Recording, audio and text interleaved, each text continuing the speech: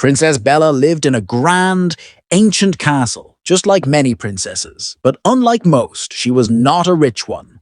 Her father, King Edmund, had lost everything he once had.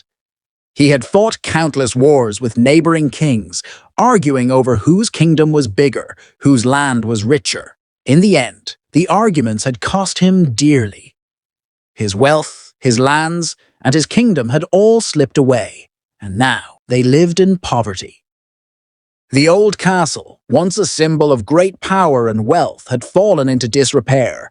Only a few rooms were still in use, and the rest were abandoned. The once beautiful hallways, where grand balls and lavish feasts had been held, were now covered in dust. The towers, which used to echo with laughter and music, had become home to bats and owls. The rooms were dark and cold, and only the faintest traces of their former glory remained. Princess Bella, unlike most princesses, had to do everything herself. There was no servant to help her, no one to attend to her needs. She had to cook her meals, clean the house, and take care of her aging father. Despite her royal blood, Bella lived a life of hard work, just like any common peasant girl. She spent her days in the castle's small worn-out kitchen, stirring pots and scrubbing floors. Her father, King Edmund, was too old and frail to do much, and so Bella took on the responsibility of looking after him. One evening, as she prepared soup for dinner, something strange happened. The steam from the boiling kettle seemed to form a face. At first, Bella thought her eyes were playing tricks on her. She rubbed them and looked again. There it was, a face with a long white beard appearing out of nowhere in the rising steam. Bella blinked, confused, but the face remained. And then, as if it were stepping out of the steam itself, a small figure emerged. The figure was a tiny man with a misshapen back and a long white beard that he draped over one arm. He was no taller than Bella's waist, and his clothes were ragged. He stepped forward and bowed low before her. "Princess Bella," he said in a soft voice, "I am an enchanted dwarf, and I have come to offer you a gift." Bella stared at him in disbelief. "A gift?" she asked, still unsure if she was dreaming or if this strange creature was real. The dwarf nodded, his white beard swaying. "I can restore your home to its former glory. I can make your father a rich king again. I can fill these rooms with beautiful furniture, rich tapestries, and fine decorations. Everything you lost, I can return to you." Princess Bella's heart skipped a beat at the thought of her once beautiful castle, restored to its former splendor. The idea of living in luxury again, with all the comforts she had once known, made her smile. For a moment, she forgot about the dwarf's strange appearance and began to imagine the beautiful home he promised. But just as quickly, the dwarf's next words brought her back to reality. "All this will I give you, Princess Bella, but there is a condition," the dwarf said, taking a step closer to her. "You must marry me." Bella recoiled in shock. "No, no, I cannot do that," she exclaimed, holding her hands out as if to ward off the thought of marrying the strange little man. The dwarf's expression softened, and he took a step back. "Please, do not be so hasty, Princess," he said. "I will return tonight for your answer. Meet me at the fountain in the garden, where the honeysuckle grows, and I will wait for your decision." Before Bella could reply, the dwarf swung his beard over his head and disappeared in a puff of smoke. Bella stood there, staring at the empty space where he had been. She pinched herself, convinced that she had simply imagined the whole encounter, but as she looked around the room, everything seemed as it should be. The pots were still simmering on the stove, and the fire crackled in the hearth. She sighed and told herself it was just a strange dream, that her mind had played tricks on her after a long, hard day. That night, after she had gone to bed, Bella was awakened by a soft touch on her face. At first, she thought it was just one of the mice that often scurried through the castle, but the touch was gentle, almost like a caress. She brushed her face, half asleep, and turned over to go back to sleep. But then she heard a whisper. "Princess Bella, open your eyes! Open your eyes!" The voice was soft but insistent, and it seemed to come from right beside her ear. Bella opened her eyes, startled, and sat up in bed.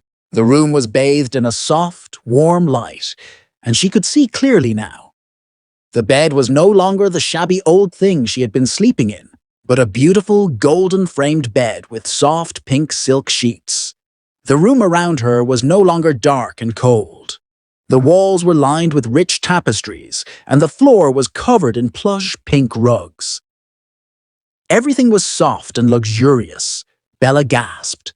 She was sure she was still dreaming, but everything felt so real. She looked down at her nightgown, which was made of the finest pink silk and lace, and felt the softness of the down-filled bed. She saw the satin slippers on the floor beside the bed, and her heart raced with excitement. "I'm dreaming," she whispered to herself, but the dream felt so vivid, so real. She decided to enjoy it while it lasted. She got out of bed and slipped her feet into the slippers.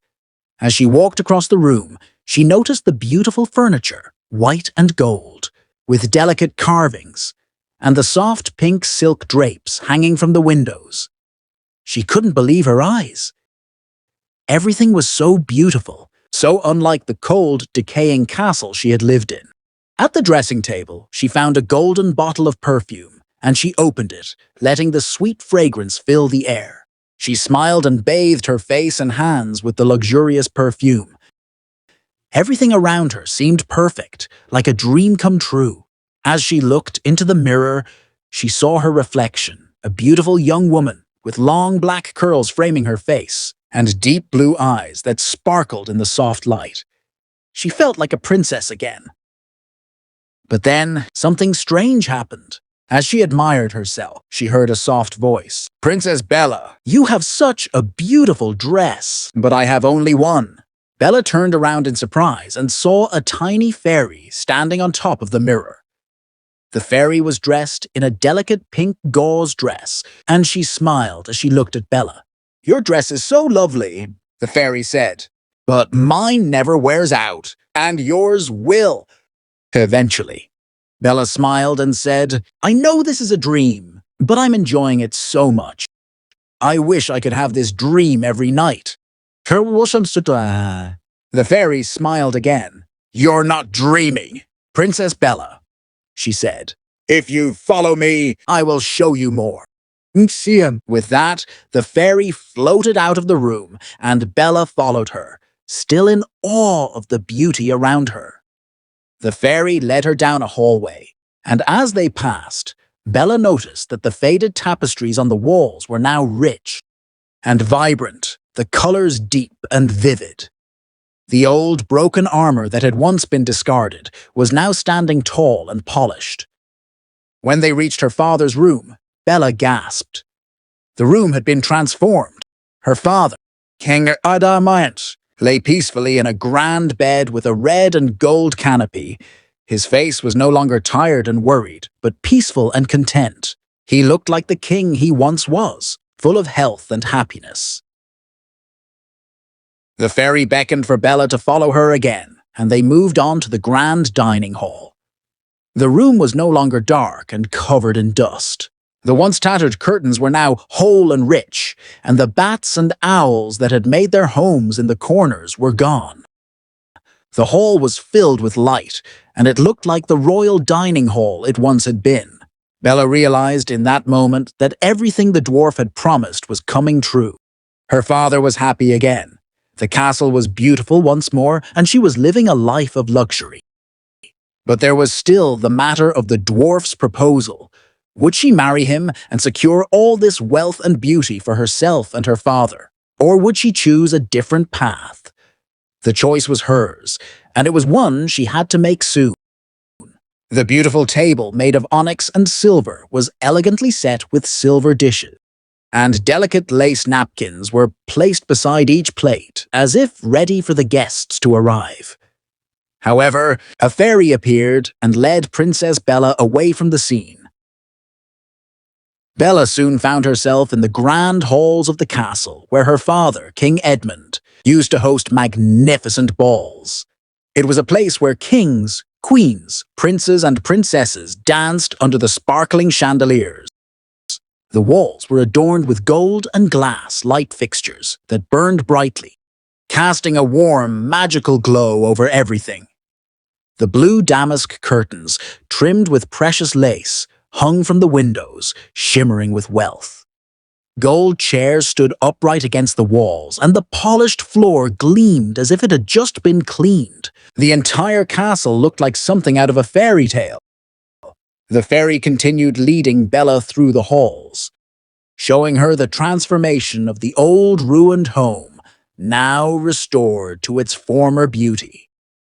Bella marveled at the sight of the castle, her heart filled with awe and wonder. Next, the fairy took Bella outside to the gardens. The once dry fountains were now flowing with water, sparkling in the moonlight.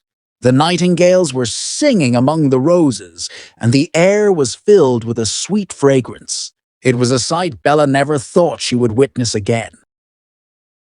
She stopped and stood still as they reached the lower part of the garden, right beside a fountain, surrounded by an arbor of honeysuckle. Suddenly, Bella remembered the words of the strange dwarf she had seen in her dream that morning. He had told her, "I will come for your reply tonight, at the fountain where the honeysuckle grows." Her heart raced as she recalled those words. The fairy, standing on a bush nearby, asked, "Do you remember now, Princess Bella?" You see, it wasn't just a dream this morning, and you are not dreaming now. But I cannot help you anymore. My work is done, and I must return to my queen. Farewell.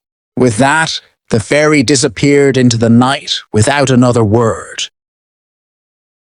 Bella was left standing alone by the fountain, her thoughts filled with the ugly image of the dwarf from her dream and his unsettling words. Just as she was lost in thought, a cloud-like figure appeared near the honeysuckle arbor. In the next moment, the dwarf from her dream stood before her, his long white beard draped over one arm. "I've come, Princess Bella, for your answer," the dwarf said with a crooked smile. "Marry me, and all you have seen here, this castle, these gardens, shall be yours."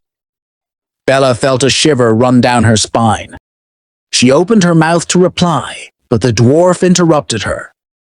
"Before you answer, think of your father, King Edmund, and how happy he looked when he was surrounded by the wealth and luxury of his former days." Bella closed her eyes and saw her father again in her mind, lying on his golden bed, looking content and peaceful. She lowered her head, lost in thought, and after a long silence, she raised it again. Without looking at the dwarf, she said, "I consent. I will marry you. I cannot love you, but I will marry you if that is what you want." The dwarf gave a low chuckle. "Then follow me," he commanded, throwing his long beard over his shoulder as he turned to lead the way. Suddenly, Bella found herself surrounded by a soft, misty cloud.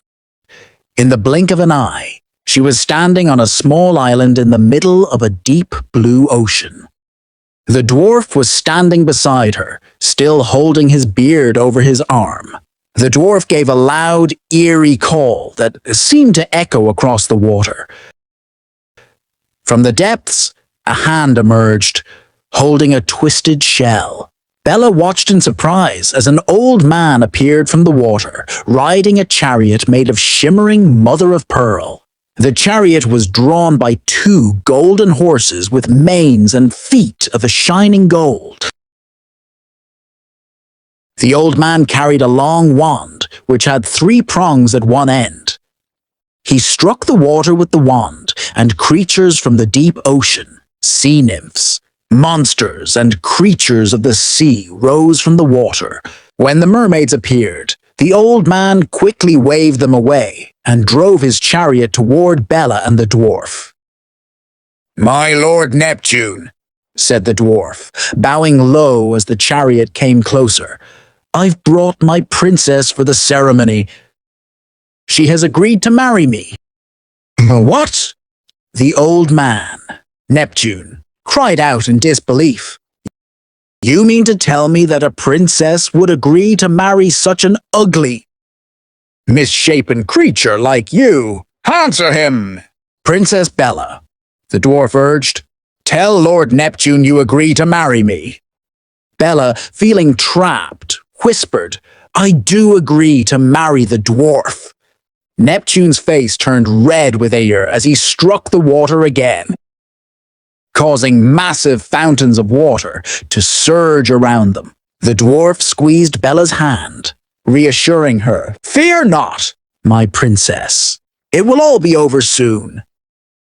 Within moments, the water calmed, and Neptune, surrounded by the sea creatures, raised his wand high over his head. "I release you." "Wow," he announced.